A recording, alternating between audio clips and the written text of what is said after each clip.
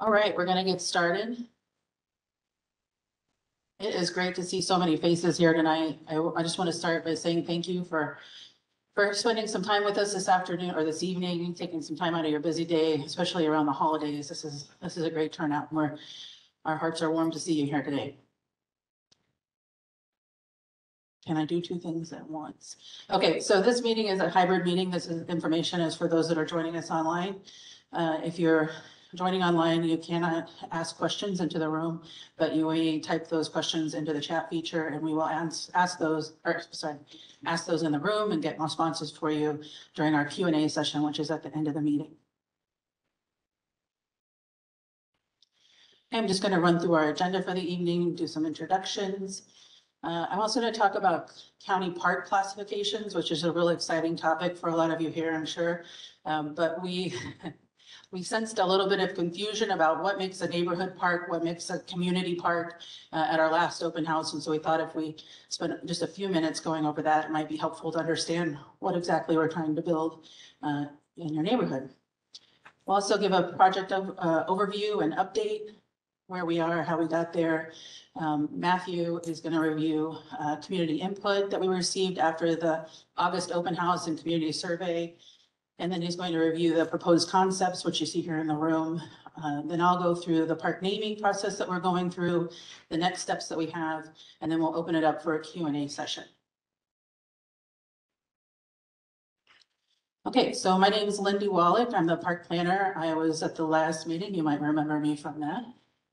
I've been working on this project for a little over a year now, and I hope to see it to completion. David Stipe is with us. David is our planning and development manager. Haley Shannon is here. She's a program assistant for the Public Works Department. Matthew Crampton is here as well from ESA. Thomas Fisher's here as well. ESA, Environmental Science Associates, is the consultant that we've hired to help us develop this master plan for you. Oh, I'm sorry. And I should introduce some folks, or acknowledge some folks that are here. I'm sorry I skipped that. But we do want to acknowledge that Councilor Michelle Belcott from District 2 is here with us this evening.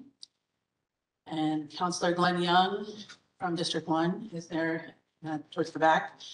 We have a couple of park advisory board members. I might have missed anybody if they came in late, but Jim Couts is, I think, the chair, president, chief park board guy. And John Jay is here as well, over in the back. And Bill Klein, who is your neighborhood association president of the Northeast Hazeldale Neighborhood Association. All right. Oh, and I want to not forget that the person who loves to hear your comments the most here is Rocky Houston, and he is our division manager for Parks and Lands. He was unable to attend the last open house, so now's your chance to get over there and talk to him. All right, so one thing I want to start with is we are Clark County Parks and Lands. We're a division of Public Works. We are not the city of Vancouver, and I think a lot of people might have been confusing who exactly we were when we were here last time. So just to be clear, Clark County has a park system that's in the unincorporated Clark County. So if you are at a park in the city limits of Vancouver or in Battleground, those are most likely City of Battleground, City of Vancouver parks. Our park system has a hierarchy of classifications that are defined in our PROS plan, which is our park, recreation, and open space plan. There are 4 basic park types that I'm going to run through here. The first of which is regional parks, and these are generally some of our larger parks. They serve residents or throughout the county. Sometimes people come from other counties to visit our regional parks. They generally might have sports fields, very extensive trail systems, and picnic areas. And some examples of ones that you might be familiar with are Louisville Regional Park, Salmon Creek Regional Park over just north of Hazeldale, and Whipple Creek Regional Park, which is a really nice trail system. We also have natural areas, which are primarily their undeveloped spaces that we manage because they have an ecological resource that we want to preserve for the community for the future. They might help clean water, or help clean the water that goes into a creek or river. And they usually range in size from 1 to 1,000 acres. They can be pretty large sites. And some examples of those, these are two of my favorites. I think you should visit them, are Salmon Morgan Creek's natural area, kind of in the brush prairie area, and La Center Bottoms in La Center. So two parks that are close to you are community parks, which is example of that is Hazeldale, just a few, like a mile from here. Those are typically about 20 to 100 acres, and they serve residents that are within about a 1 to 3 mile radius of where they live. They can include sports fields, skate parks, play courts, things like that. Hazeldale doesn't really have any of those. It's a kind of a special little gem. But other examples are Philida Community Park and Pacific Community Park, which I believe have all of those, except for the Philida does not have a skate park. And now what we're trying to bring to you is a neighborhood park. These are usually about a half acre. Most of them are around 5 acres. And they serve residents typically within a half-mile walking distance or bike riding distance from their home. They usually include play areas, some trails, some lawn space to play a pickup game of baseball or football. They have sport courts, picnic tables, things of that sort. And some close by examples are Walnut Grove Neighborhood Park and Tenney Creek, which is on 88th Street. All right, so a quick project overview. I went through this, most of this at our last meeting, but if you weren't at the last one, I just want to kind of give you how did we get to this point this time. But this property, what we're calling the Minnehaha Neighborhood Park property, is a 5-acre parcel that was purchased in 2016. And at that time, it was improved to a level of open green space for residents to use until we could finally develop it into a neighborhood park. It is located in the Northeast Hazeldale Neighborhood Association boundaries. And for our capital improvement plan for 2023, we identified that we were going to develop this master plan, which is what we're doing now. In 2026, our capital improvement plan shows that we're going to construct the park. So we have some steps to get to that point, and this is one of the first of those. Since our last meeting, which we had in August, we have analyzed all of the feedback that you provided at that meeting.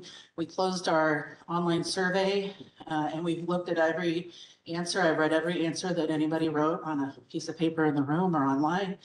And we've analyzed that to figure out how we could best provide a park that would serve your needs and wants.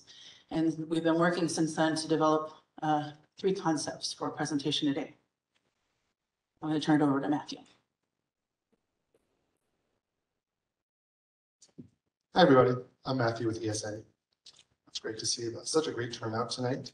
I imagine a lot of you were at the last open house that we held, which was really great.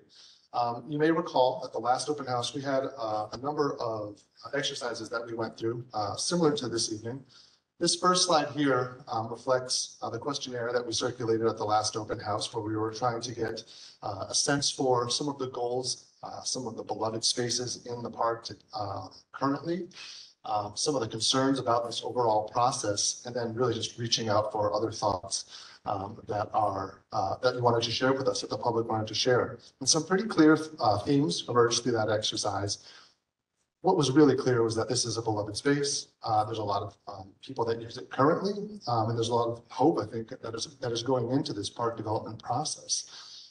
In the upper left, you can see that first question about favorite things about the park today, really centered on what is special about it right now. The tree canopy, it's a very immersive experience as you walk in there with all the trees. It's an available open space to all the neighbors. And then all of those types of activities that are afforded in an immersive open space, just like this, walking your dog, getting a sense of solitude, getting away from developed space. If you look at that bottom left corner, some of the goals and improvements that the community wanted to see in this space really just piggybacked on what is already special about it. Provide some access to the space, really embrace those trees, add some more vegetation to the park. Start to think about what the experiences might be in the park, where you might be able to sit and linger, provide those trails, benches, places to potentially immerse yourself in that experience. In the upper right, we really do want to hear about concerns about this overall process. And what rose immediately to the top was, how does the changing the park from what it looks like today, how is it going to impact neighbors? impact, noise concerns, safety concerns. What is activity going to look like if additional people are brought to this space? And we also heard quite a bit about some challenges that are some concern about parking, which kind of goes hand in hand with access. And we'll talk a little bit more about that in just a minute. Lastly here, this was just a broad question in the bottom right corner. You can see feedback about, is there anything else that the community wanted to tell us about this process? And really this was an opportunity to underscore what we've already heard. It's a special place. Don't change the natural feel, embrace the trees. And then thankfully, we heard some feedback that people are enjoying this process, the outreach, coming to events like this, which is great because successful events like this is the backbone of a process where we can design a really exciting park. Next slide, please. The other exercise we went at the last open house was digging in a little deeper into what type of park elements might be afforded in the park, and then what are the community's prioritization of those park elements. So on this sheet, you'll see the board that we presented last time, which has those park elements, inclusive play, trails, and planting. And then on the right here is a little diagram that suggests how important the community who gave feedback at the open house as well as online, how important they felt that these elements were. So inclusive play was a favorite. We saw that it was ranked in priority a 6.36 out of 10. That's pretty important. And nature play and structured play that you see in the upper left rose to the top. You'll see those represented in some of these design schemes we'll talk about in a little bit. Trails and paths really was the top priority. You can see that circulation, trails and paths was ranked 8.6 in terms of priority out of 10. And paved circulation, some accessible surfaces rose right to the top. How do we get into the park and experience it? Planting areas, also just like those themes we talked about a moment ago that we heard in the questionnaire, planting areas were ranked 7.39 in terms of priority for this space. Embracing habitat, embracing some of the lawn and the open views that are available in the park, as well as the existing trees, rose to the top of that section. Next slide, please. On this slide, you can see a couple other elements that were also questioned, but a little bit lower down on the priority list. First, up at the top, we have gathering spaces, ranked as a 5.07 in terms of priority, so kind of right in the middle. But these are some of those spaces where that immersive experience is going to be afforded. They also go kind of hand in hand with what access looks and feels like in the park. So here we saw some of the more intimate, smaller scale spaces were prioritized, story circle and smaller group seating. Interpret elements was a little bit less high in the priority list. It came in at a little bit under 5 at 4.63. Some elements here that the element that rose to the top here was really some artwork. And I think that as design proceeds beyond this master plan here, some of these elements will be looked into a little bit further as well. Furnishings last on this list came in approximately at right in the middle, 5.29 in terms of priority. And again, like those gathering spaces, these are some of the infrastructure that are that work hand in hand with circulation, that start to create those experiences, where to spend time, where to gather with people. So seating and shelter and drinking fountains all show up on this in this section as priorities. And you'll see as we move into this next section, next slide, please, that all of these elements that we just talked about, we took this feedback into consideration, and we came up with 3 different schemes. Really important to bear in mind here is we are making a conscious effort to really differentiate these schemes. So you'll see some of those elements that rose right to the top of the priority list throughout all of these schemes. You'll also see a little bit of deviation where maybe some of the less popular elements do show up in the design schemes that we have here today. And this is a second chance to weigh in on whether or not you think they belong in the park. In your questionnaires that have been passed out, if there are things that you think do belong, don't belong, or that were missed completely, that's exactly the kind of feedback that we're hoping to get today on these 3 very different schemes. Now, when we developed these 3 schemes, In addition to trying to differentiate them, we wanted to make sure that there were some common aspects that we structured differently to be able to kind of compare apples to apples. So you'll see one of the primary differences between the three schemes: circulation. You'll see the different allocations of open space as compared to lawn space. You'll also see some very different treatments of play areas. With all the schemes here, we are trying to maintain maximum connection to all the access points and potential access points to street frontages, as well as you'll see to some of the neighboring properties to the south. We're also trying to maintain some different gathering spaces that build on that circulation. And in all of the schemes, safety is a priority. So while there's a lot of vegetation out there right now, that is beautiful and creates that immersive experience, all of these schemes will be are evaluated with safety and visual access as one of the priorities. In this first scheme, you'll see that one of the shaping features is a relatively small paved loop on the east half of the site, which encloses a more formal lawn space. And then the bulk of the site is really kind of meadow space and restored habitat space, really building on those priorities that we heard of embracing that natural feel. The rest of the site, in those natural spaces, there is additional circulation proposed as soft surface treatments, trails that can wander through some of those natural spaces, and also allow some seating opportunities throughout all of those circulation opportunities. The play element here is spaced centrally. So trying to kind of think about where the best location is to situate play, with an awareness for that there could be some sound associated with play. And so that is one of our focuses in terms of making sure that there is a buffer of space around the play element. In this scheme here, we're looking at introducing a structured play feature, much like that bottom left picture that you see there. Along with access, in addition to that pedestrian access, those trails, those opportunities to sit down, the street frontage and associated parking approach is one of those elements that also vary between the three schemes. On this scheme here, you can see that there are a couple accessible parking stalls just below the primary entry to the park. Accessible parking is especially important for this site because there's not a whole lot of sidewalks that lead to this park. So there may well be the need to allow some accessible parking and try to formalize that for providing access to all park users. Next slide, please. In concept 2, one of the structuring elements is a primary paved path that runs through the center of the park. And similar to the other scheme, an assortment of soft path circulation allows access into a lot of those natural spaces. Here in this scheme, you'll see a little bit of an expanded lawn area right in the middle of the park on the east side. You'll also see that there's a very different treatment to play.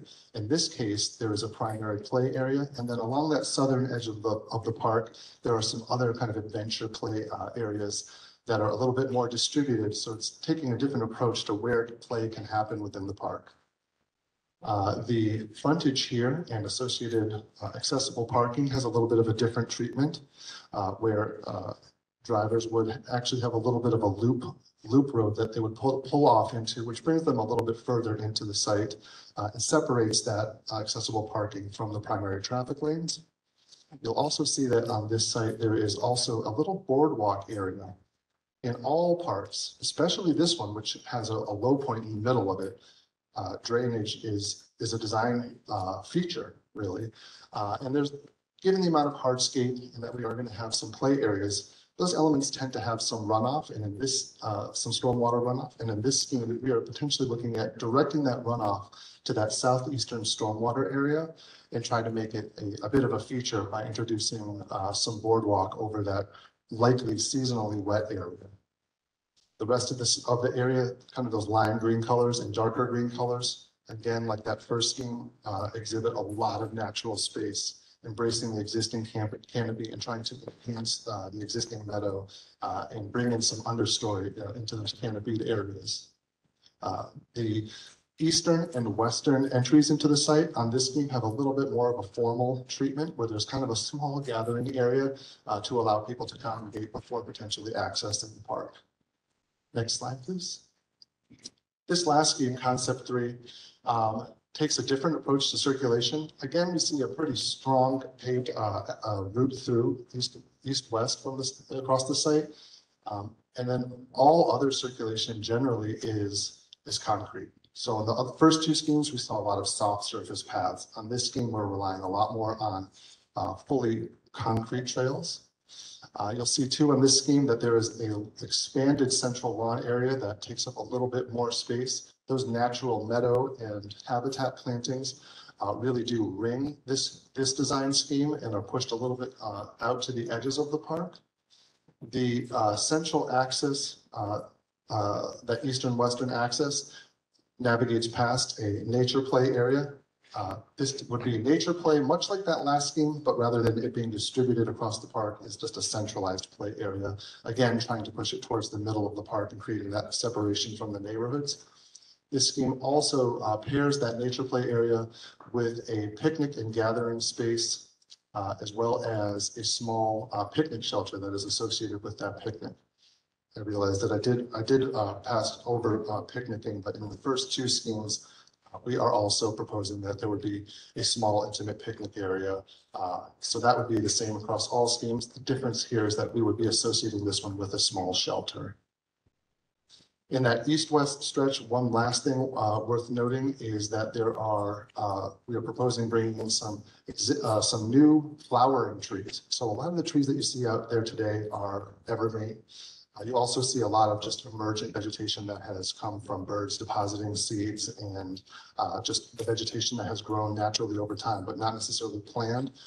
In this scheme, we're proposing some more flowering trees along that central walkway. Next slide, please. And I think Lindy will take us through some pretty exciting next steps about naming the park. Thank you, Matthew. All right.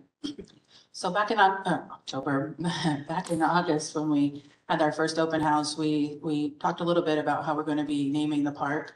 The Minnehaha name is a placeholder, and we kind of went through how that doesn't quite make sense for this property itself.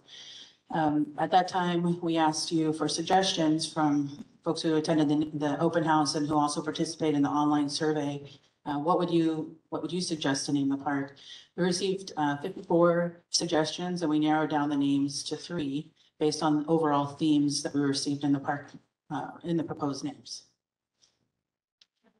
So these are the 3 names that we've narrowed it down to. The first one is Trillium Neighborhood Park.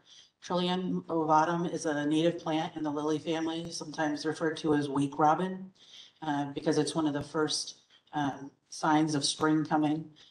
These plants have been found in this park. They typically grow in the understory of coniferous and mixed forests in the United States, Western United States and Canada. And these were suggestions from folks. The second one was Wildwood Neighborhood Park. We had received a lot of comments at the open house and the survey about an interest in maintaining the wildness and the feel that the park already has, the beauty of the flora and the fauna.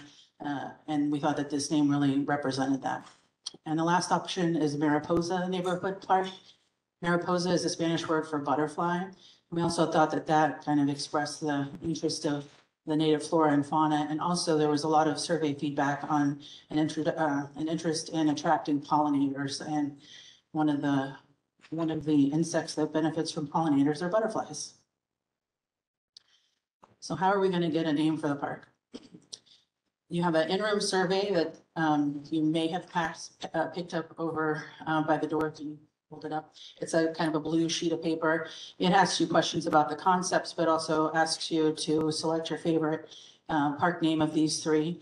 This is also in the online survey. You get to vote one time on what's your favorite of the 3.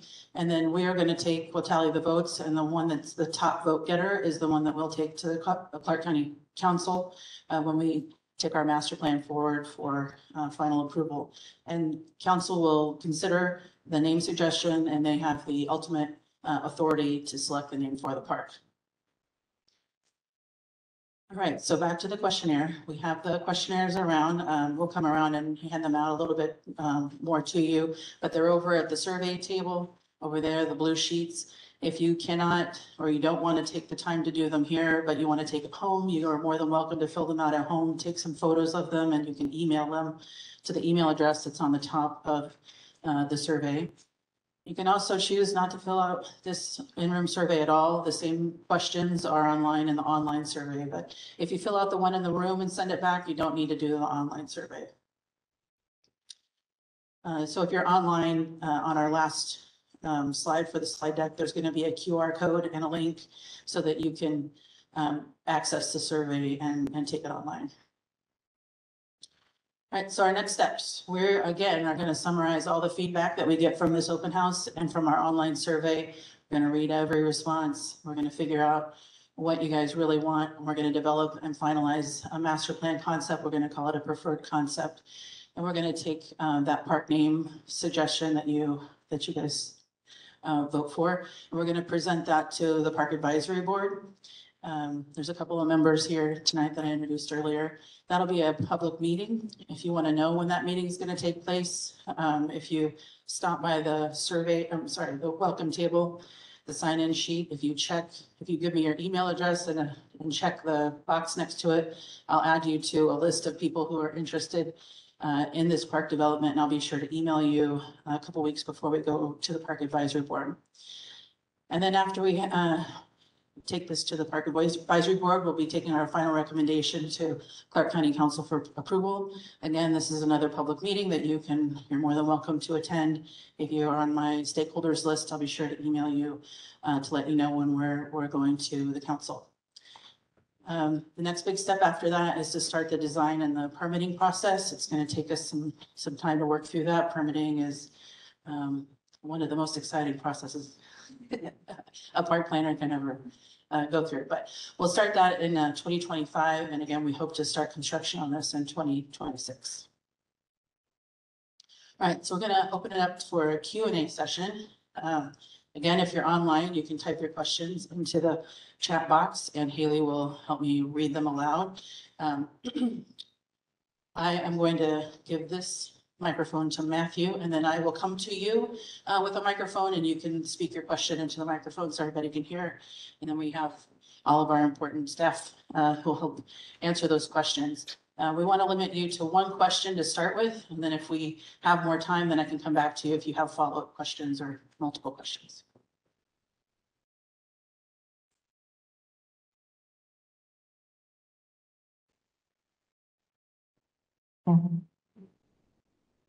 There we go. Yeah, hi, you mentioned that you want to start construction in 2026. How long do you anticipate construction will take from getting that? I would guess 6 months, maybe 8 months. Best case scenario, if things go these days. Oh, sorry. Oh, all right. So this is a lot of wildlife. Will building more things in the park disrupt the wildlife? Want to answer that? Sure. I think one of the goals is to respond to the feedback that we got, which was really embrace the plants, the habitat that's already available there.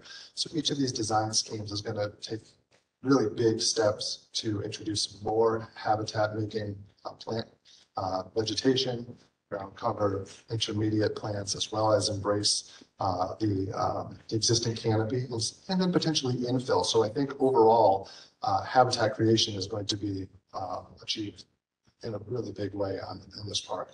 And we're really lucky to have as many trees as we do. That's a pretty special thing about this park. Next question. Jim, I think.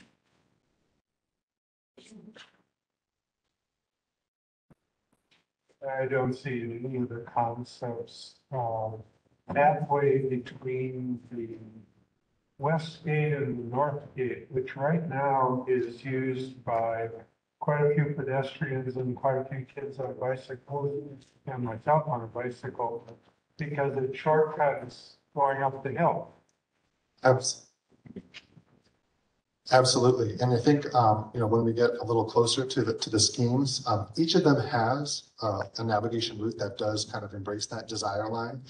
The third scheme does so with some concrete. It is a little bit more rectilinear, so it's not the most direct line. But the other two schemes actually do have a soft surface path that link the two. But your point about bicycles using that is a really good one. So that type of feedback is perfect. And so if that is to be a hard surface, that could be a change that's made, which also brings me to another important point. Today, when we're looking at these three schemes, we're not just selecting like necessarily which one we like the best, and that's the one that we're gonna build. One of the questions that we ask is, which one is your favorite? That's important feedback, but also questions about what do you like about the individual designs is going to work its way into the preferred scheme. We still get to pick the greatest hits of these three schemes and make the part that works the best. And that type of feedback is perfect in that regard. Yeah, thanks for sharing that. It really shows us how you're using the park. Ooh, it was nice. Do you have an idea of what wildlife is there? Have you asked people? Because I've seen owls there in the southwest corner. Other than that big, even. Serpentines. I personally don't know exactly what wildlife is present, but I would wager that it has changed over the years. As I understand, it has gone through a couple of different phases of being a thicket and then potentially having some clearing associated with it. So the habitat has changed a little bit over time. I would wager that raptors, owls are probably present, and I wouldn't be surprised if coyotes came through once in a while as well, and some of those smaller animals as well. But again, to the habitat creation goals that we could achieve with this park, I think that there could be a place for a lot of different types of wildlife. I just want to say also, just somewhat related, is that we did do a tree survey for the property. We have a list of the 136 trees or so that are there, what types they are, what condition they're in. And we do plan to try to fit this park as best we can around the trees that are there. Some of them are going to come down because of maintenance concerns, or maybe the health is not the best. But we're not trying to come in and cut all of the trees down and put this park in. I could ask to a little bit of what flora and fauna are on the area. Because I lived across the street for 60-some years. My parents owned the property. Deer go there all the time. There's apple trees across the street. There's a natural corridor down in Full Creek. I've seen many deer there. It's not as often as the last few years since it's been cleared. They do go there. They will even cross at 17th Avenue. They head for Bonneville. There are red-tailed hawks. There's a few of the fir trees. Goldfinch have returned there. They disappeared for a long time when I was in junior high and high school, but in later years, the goldfinch will cross from the west to the east, and they will prefer a couple of different fir trees there that are mid-size. I don't know why, but they do. There's squirrels, there have not been coyotes, and in the past, there have been possums. I'm glad they're gone. If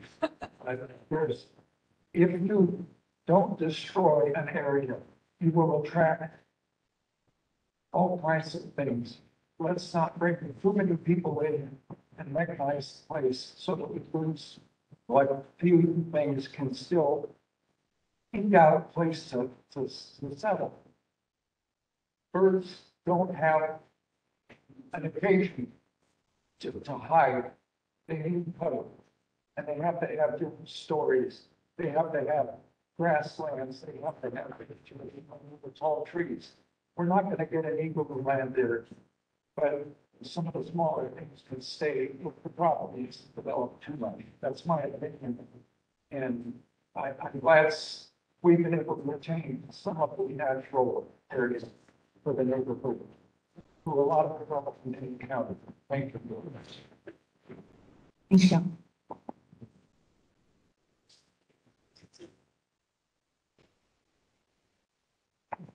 So I have a question about ongoing maintenance. So what happens, what kind of funding do you guys have set aside for future maintenance of this space? I mean, my biggest fear is we come in, we do a bunch of work on this wonderful, beautiful green park, and 5 years from now, things are broken, they're in disrepair, and now the park is worse than when we started. So what is the plan going forward for maintaining whatever we end up putting into that space? That's my question.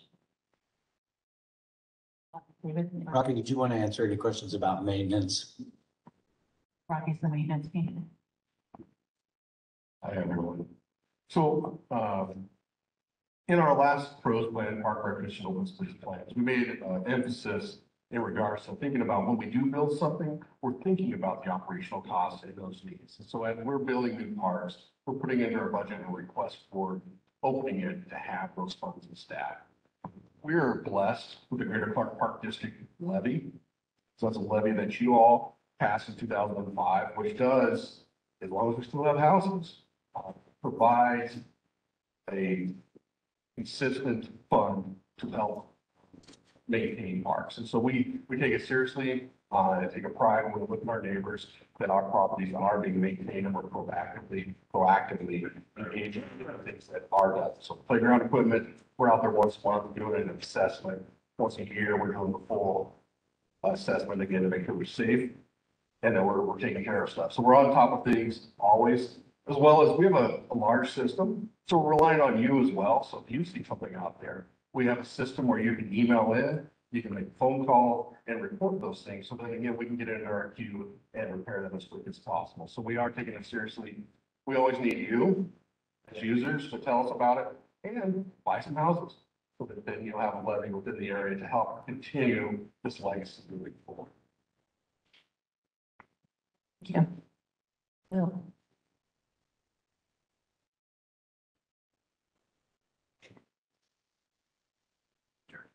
Hi, I was just wondering what your provisions are going to be for site security as far as fences between adjacent properties, and how many access points in that fence are we looking at? So we will be leaving the 5-foot galvanized fence on the 3 sides of the property, and we typically put some sort of a fence on the frontage. So along 17th, there would likely be a 3-foot black vinyl fence. There are obviously the access points off of 17th, and then the 2 up in the northwest corner. So one off the west property line, one off the north property line. And then there's a potential in each one of the concepts to connect the park to the condo complex to the south, but we have not approached the condo association nor the owner at this point.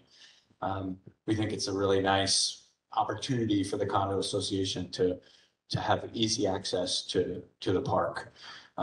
Matthew mentioned a little bit about enhancing our maintenance of the canopy and improving the sight lines in the park. And we'll have extra eyes on the park because we'll have more users, we'll have more maintenance staff there on a more regular basis when we have a park. So security at all of our sites that aren't developed, actually, it probably improves with our more regular rounding of those properties. Okay.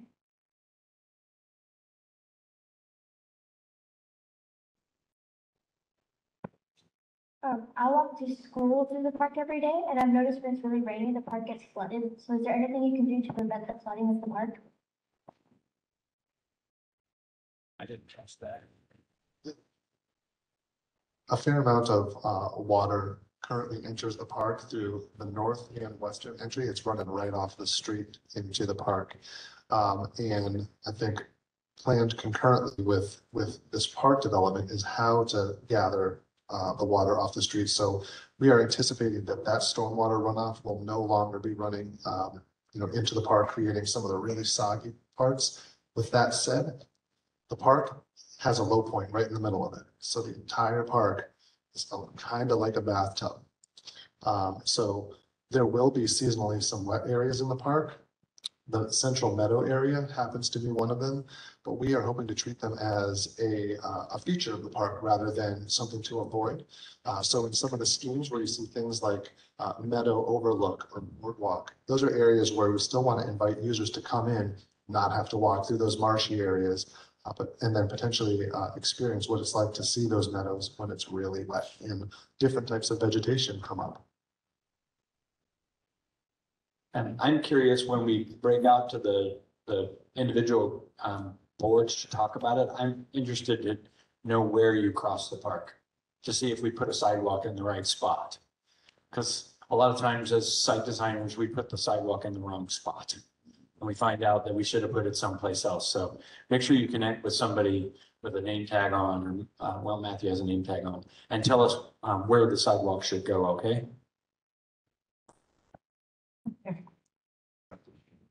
Will there be any lighting, like in the parking lots or around in the park, that you can actually see it, like the pathways and such? Will there be any lighting? So along the frontage, there will likely be some security level lighting that's based on the county requirements for road improvements. We don't typically put any lighting in our neighborhood parks, so there wouldn't be a light by the playground or any picnic facilities. Anybody else? Do we have any questions online? Is it gonna be able to be, able for special needs kids to play on, like, parts of the? Sure, all of our concepts include accessible play structures or accessible natural play areas. So each one of them, even in concept two, will have 4 different locations for play. They should be designed for all folks to be able to use them.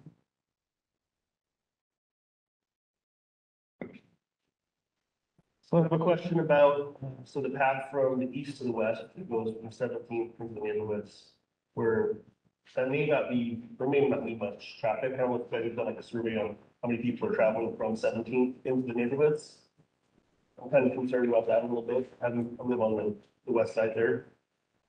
So if you study those, or if there's gonna be parking, if we add extra parking to those locations, it would be like an undesirable element, having abandoned vehicles or whatnot associated with that kind of extra parking.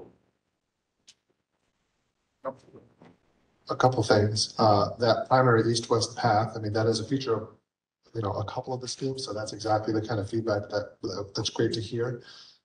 The circulation that you see here, those paths also kind of work hand in hand with the maintenance capacity of the park. So we're thinking about how to bring required maintenance into the path. So you'll see a couple of the designs have a circuit, like a big loop through the park. There is that western access point, which offered the opportunity to think about maintenance access as just having that straight shot through the park. So that's one of the ways that we wanted to differentiate those 3 schemes. So that kind of feedback is great in that regard.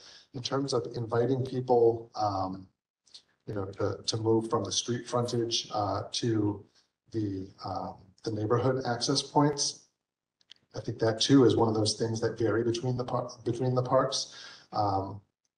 There will be enhanced kind of line of sight through the park, and we are trying to embrace those access points. We do so in different ways. You'll see in the 3 schemes that some of those access points are a little bit wider and broader and draw attention to themselves. So that type of concern, like, let's not really highlight kind of the neighborhood access points. That's exactly the kind of feedback that we'd like to hear about these.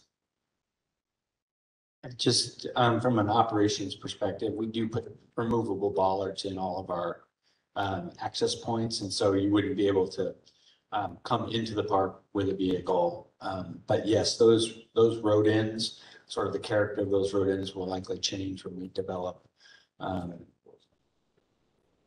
We wouldn't put any formalized parking at the road ends, no. There's on-street parking, and we wouldn't make any frontage improvements at those points in any one of these concepts. We did talk about that as a potential option. I've been advocating since I joined the planning and development team to put handicap accessible parking in our neighborhood parks. We typically haven't done that in the past. Even though they serve people within a half a mile, some people can't walk a half a mile to go to a park. And I believe that Matthew mentioned earlier that there aren't good pedestrian circulation routes throughout this neighborhood. So we're trying to recognize all those things when we're doing our frontage improvements. Oh, 1 second. 10 seconds.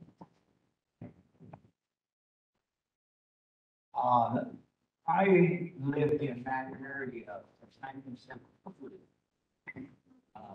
Know the area really well. I worked when those houses were built on the north side of the park. Those were about 1963. As you talk about entrance to the park area. As of today, 17th would be basically the main entrance. Unless something definitely changes.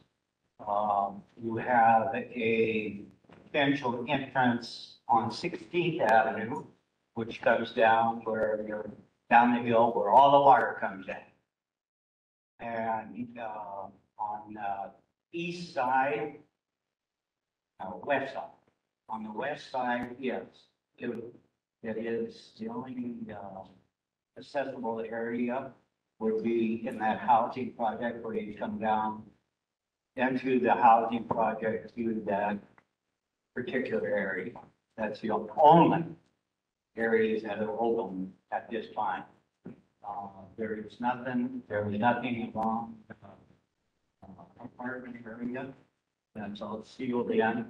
I don't think there'd be any way that you can get parking in that area. There are, by looking at a couple of the concepts, I'm trying to think, well, maybe what is one concept might be incorporated into another, added on or whatever to facilitate, say, the drainage in that area. I like the concept with the park area, I guess, where you can say the playground area up towards the spot on basically in the 17th Street area. Or so one of the other, concept 3 and concept 2, either this area or this area, because this area, just like you said, is this soft area. And this area up there, yes, it's a hill type area. Also on the west side, I think the structure that I saw on one of the charts back over in the corner had a circular, I don't want to say, yeah, that's very similar to the one over at Hazel Park, up on top. A couple things I looked at on some of the smaller pictures about natural climbing, I guess you could say. I kind of look at some of the logs that are thrown down in that one picture, and I don't think that's a good idea because you have kids that would definitely most likely fall off. You have another one that looks like a rock scale, but not necessarily a rock scale. You have a tower type thing. I'm almost positive kids would jump off of that. I don't think that might be a good idea, but as far as I would say, maybe block that off so that doesn't happen. But other than that, anybody has anything about? Oh, but anyhow, go ahead. So just one other comment on the road end. If you go to Jorgensen Woods Park, which is on the other side of I-5, just south of 78th. If you go, I think there's 3 road ends there. And you could take a look at how our park interfaces with those road ends. One of them is a much wider street section, but the one that's on the west side of the park is a pretty good example of how our park interfaces with a right of way that just dead ends in our park. And that's a part of the neighborhood strategy when the neighborhoods are being platted, is to provide those road ends into those parks so we can build neighborhood parks that are walkable. Okay, we're gonna do 2 more questions, but we are not leaving until 8 o'clock, so feel free to come up to us after the fact. Don't feel like we're leaving you out, but we want to make best use of everybody's time. With the water you was talking about, a lot of that water may come from the 2 developments on the north side at 68th Street, at 16th Street and at 17th Street, because they flood the park out every time it rains. And so, that's probably something I need to look at. Thank you, Chris.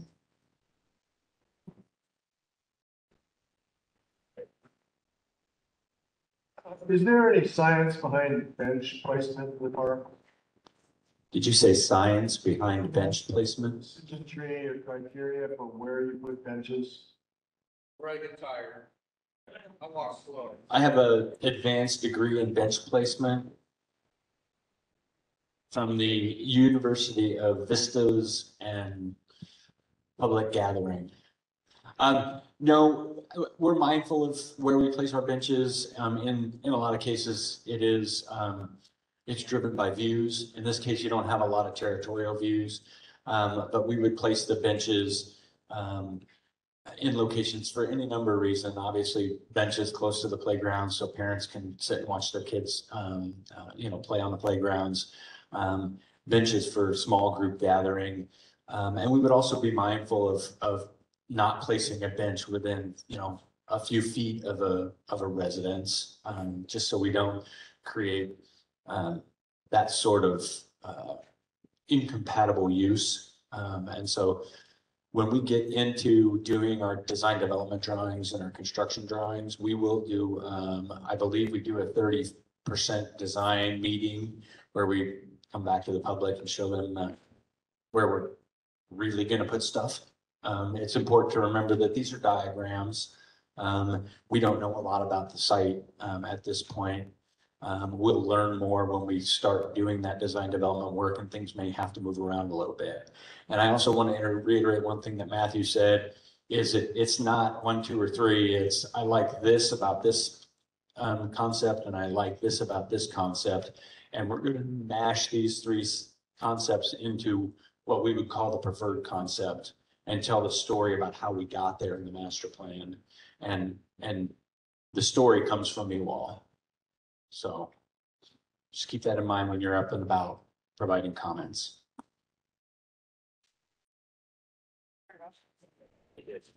Okay, so we're gonna wrap it up.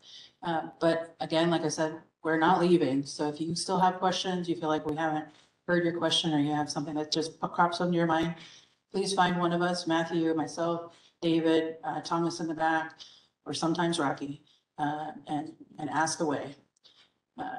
Again, the blue surveys are out and about. Please fill them out if you're willing.